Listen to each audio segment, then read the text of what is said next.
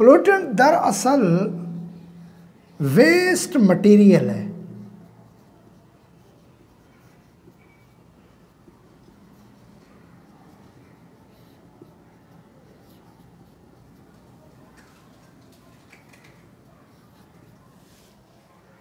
जो कि पैदा हो रहा है ह्यूमन एक्टिविटीज से।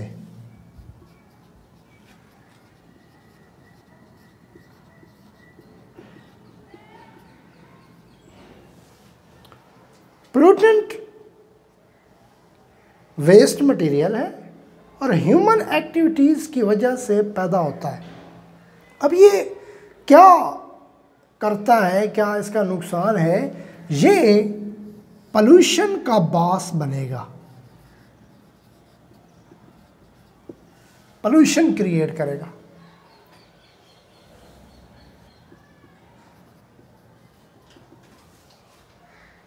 कौन सी, क्या होती है पोल्यूशन? किस किस्म की pollution?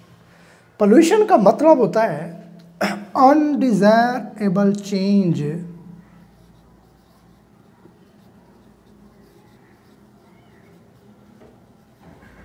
In environment.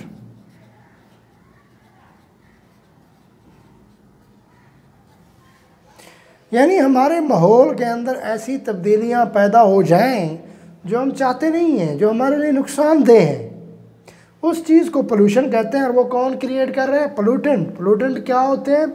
Waste material. कहाँ से आ रहे हैं? ह्यूमन एक्टिविटीज से। अब ये पोल्यूशन या ये जो पोल्यूटेंट है ये कहाँ पर मौजूद होंगे? इन्वायरमेंट के अंदर, हमारे माहौल के अंदर। अब कहाँ माहौल में क्या क्या चीज़ें आ सकती हैं? एक तो हम कह सकते हैं कि लैंड हो गई,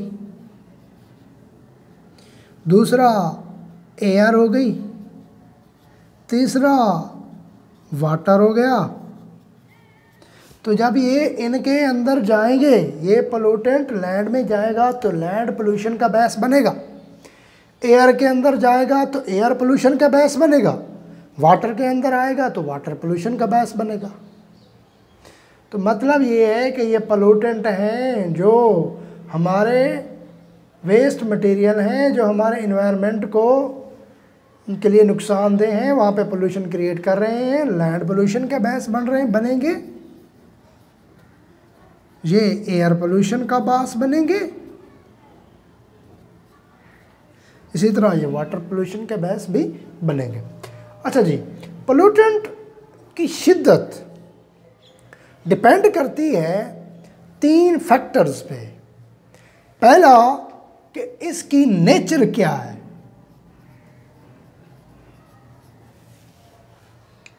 दूसरा इसकी कंसंट्रेशन क्या है, तीसरा इसकी बका कितनी है, जिसको मतलब ये कितना अपना वजूद बरकरार रख सकता है, कब तक ये मौजूद रह सकती है।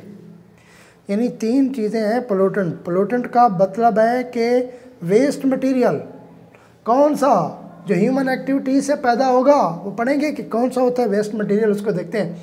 पोल्यूशन क्रिएट करते हैं यही पोल्यूटेंट। और पोल्यूशन क्या होती है? जो हमारे माहौल के अंदर तब्दीलियां लेके आती है, जो नुकसानदेह होती हैं। और कहाँ पे? लैंड पोल्यूशन होगी, वाटर, एयर। और ये पोल्यूटेंट 3 चीज़ों पे डिपेंड कर रही है। नेचर होगी, कंसंट्रेशन और उसकी बका है। अब इस पोल्यूटेंट में या इस जो चीज़ें हैं उनमें एक और चीज़ होती है कंटामिनेशन। कंटामिनेशन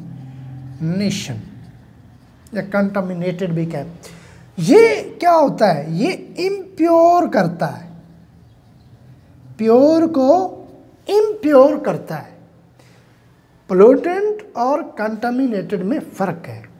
पोल्यूटेंट पोल्यूशन का बेस बन रहा है, कंटामिनेशन को हम ये नहीं कह सकते कि ये पोल्यूशन का बेस बनता है, लेकिन ये प्योर चीज़ों को इम्प्योर करता है। पोल्यूटेंट वो थिंग्स हैं जो नाकाबिले इस्तेमाल है, जो काबिले इस्तेमाल ही नहीं है, जिसको आप इस्तेमाल ही नहीं कर सकते। मिसाल के तौर पे सेवेज वाटर हो गया, उसको आप इस्तेमाल नहीं कर सकते। लेकिन जो कंटामिनेटेड है ये किसी न किसी तक हद तक इस्तेमाल किया जा सकता है। उसकी एग्जांपल आप देखें कि जो पानी, कुछ ऐसे पानी है जो हम पी तो नहीं सकते लेकिन उसको जानवर इस्तेमाल कर सकते हैं, कपड़े के धोने के तौर पर हम इस्तेमाल कर सकते हैं, वो कंटामिनेटेड वाटर में आएंगे। ठीक है जी। तो हम चूँकि इस क्लास 10th के इस टॉपिक में एयर पोल्यूशन के बारे में पढ़ेंगे, तो एयर पोल्यूशन पैदा करेगी, हमारी माहौल को ख़राब करेगी, के लिए नुकसानदेह होगी, वो हमारी इमारतों के लिए नुकसानदेह होगी। कब? जब वो बारिश की सूरत में वापस आएगी, वो एसिड रेन, वो चीज़ें बाद में देखेंगे। तो एयर पोल्यूशन के बारे में हम आगे चल के पढ़ेंगे। अब पोल्यूटेंट की जो टाइप्स हैं उसको देख लेते हैं कि कितनी टाइप्स होती हैं पोल्यूटेंट्स की।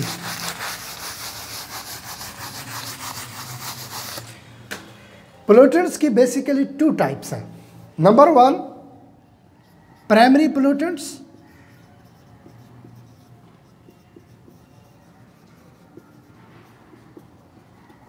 Number 2 secondary pollutants.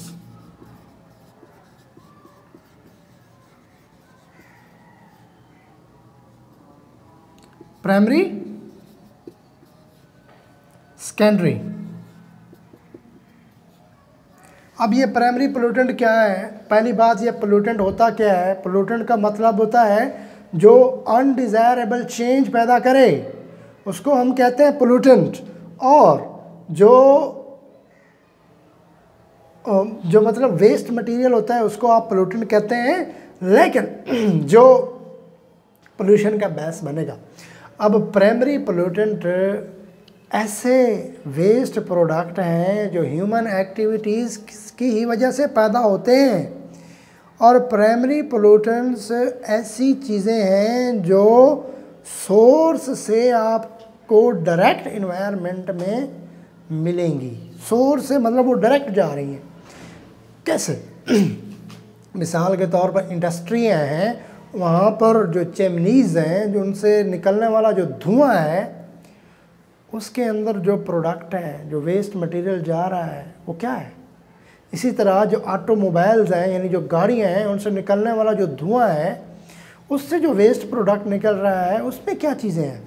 उसके अंदर मौजूद होंगी, आपको मिलेंगी ऑक्साइड्स, किसके? सल्फ़र के और कार्बन के और नाइट्रोजन के। ये सारे प्राइमरी पोल्यूटेंट्स में आएंगे। और उसमें क्या चीज़ होगी? उसमें SO2 होगा, SO3 होगा।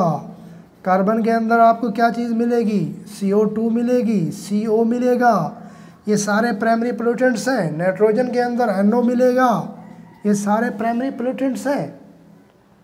इसके अलावा अमोनिया NH3 भी प्राइमरी पोल्यूटेंट्स के अंदर आता है। तो यही प्राइमरी पोल्यूटेंट्स, हमने कहा कि ये सोर्स से डायरेक्ट एनवायरनमेंट में जा रहा है। तो इससे क्या मुराद हो सकता है कि जो चिमनीज़ हैं या जो आपके पास क्या हो गए, ऑटोमोबाइल्स हो गए, वहाँ से ये डायरेक्ट एनवायरनमेंट में जा रहा है। तो सेकेंडरी पोल्यूटेंट्स क्या होता है? इन्हीं प्राइमरी पोल्यूटेंट्स के रिएक्शन से आपको सेकेंडरी पोल्यूटेंट मिलेगा। तो जब सल्फ़र गया एनवायरनमेंट के अंदर, उसने जाके रिएक्ट किया किसी चीज़ से, वाटर के साथ, तो क्या पैदा करेगा? Sulphur dioxide, sulphuric acid H2SO4, जो कि सेकेंडरी पोल्यूटेंट है। इसी तरह कार्बनिक एसिड पैदा करेगा H2CO3, सेकेंडरी पोल्यूटेंट है। सिमिलरली आपके पास और भी बहुत सी चीज़ें आ सकती हैं, उनमें परऑक्सी एसिटाइल नाइट्रेट, PAN जिसको कहते हैं, ये भी सेकेंडरी पोल्यूटेंट के अंदर आएगा। इसके अलावा आपको कीटोन भी सेकेंडरी पोल्यूटेंट के अंदर मिलेंगे। HF हाइड्रोफ्लोरिक एसिड भी आपको सेकेंडरी पोल्यूटेंट के अंदर मिलेगा। ये सेकेंडरी पोल्यूटेंट थे, ये प्राइमरी पोल्यूटेंट है। और ये टाइप है पोल्यूटेंट्स की। तो आपको पता होना चाहिए कि प्राइमरी पोल्यूटेंट्स क्या होते हैं, सेकेंडरी पोल्यूटेंट क्या होता है। प्राइमरी पोल्यूटेंट का मतलब होता है कि ऐसे नकारा मादे जो सोर्स से यानी किसी चीज़ से निकल के डायरेक्ट इन्वायरमेंट में गए